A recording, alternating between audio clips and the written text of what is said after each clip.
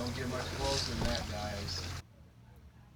We have a Culligan AC-30 reverse osmosis water system here, and we have 3 filters that are extremely old that are going to be replaced, and the water tank is totally waterlogged and it's like 20 years old, so we bought a replacement for that as well.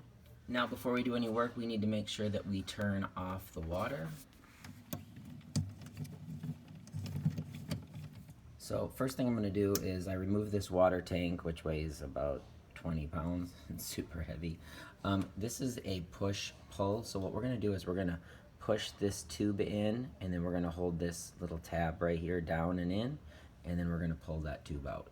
So again, this is a push-pull, so we're going to push this in, and then we're going to hold that tab in, and then we can pull that tube out. I've already removed this, so that's why this is loose, but that's how you remove the push-pull. So then you can drain your tank before you dispose of it. Okay. We have our AC-30 reverse osmosis system here, and the system was the water was just trickling out. It was barely making any ice. We could hardly get any water out of the faucet up there. So what I did is I went and I bought this little piece right here, and I was able to allow our system to go from our water inlet, and then we just branched it off to our ice machine and to our water spigot up there. By doing this, we've totally eliminated this system.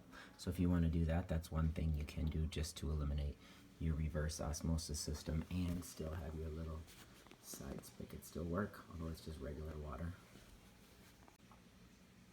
Now this reverse osmosis system wasn't working, and water was just barely trickling out of the Culligan faucet up there. We weren't getting any ice.